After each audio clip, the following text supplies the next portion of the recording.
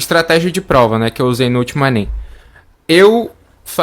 A minha regra principal era não passar muito tempo nas questões, sem resolver, de fato. Então, toda vez que eu tava lendo uma questão que eu percebia que eu não ia ter uma resolução fluida nela logo de cara, eu já pulava. E isso é muito parecido com um método que é chamado método das três passadas, que eu aprendi inclusive num treinamento que eu fiz no ano que eu fiz o vestibular, que ele falava assim: você vai passar 3 vezes pela prova. Eu acabei adaptando isso depois, mas a ideia era assim: você vai passar 3 vezes pela prova.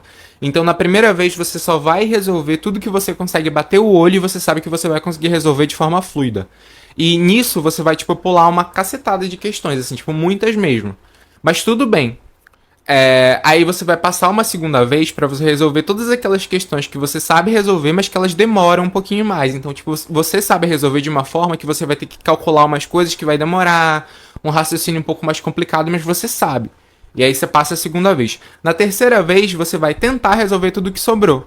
Então, a minha estratégia de prova pra fazer a prova do Enem, pelo menos nos últimos 2 anos, era basicamente essa.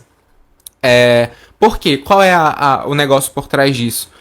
Você tem sempre que deixar o máximo de tempo possível livre pro final, sendo que você já resolveu as questões que você tem a maior possibilidade de acertar. Então, quando você começa tendo esse cuidado de realmente chegar primeiro em todas as questões que você tem facilidade, isso vai fazer com que você resolva um volume alto de questões em um tempo menor, né, no começo da prova, e aí vai te deixar tempo sobrando para você tentar algumas questões no final da prova, já tendo resolvido tudo aquilo que você naturalmente já ia acertar. Porque não é muito viável, por exemplo, você fazer a prova direto. Porque você vai esbarrar em questões que você vai ter dificuldade, você vai perder tempo tentando raciocinar, você não vai chegar na resposta e você vai estar deixando de resolver uma questão que você sabe resolver naturalmente. Então, para evitar isso, eu seguia mais ou menos essa lógica de ir passando pela prova. Eu não fiz tão estruturado assim, tipo, de passar 3 vezes, mas eu fiz baseado nessa lógica.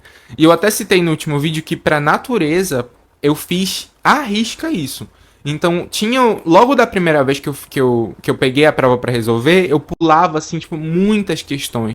Eu ia assim, eram poucas as questões que eu bati o olho e falava, não, isso aqui você resolver logo de cara.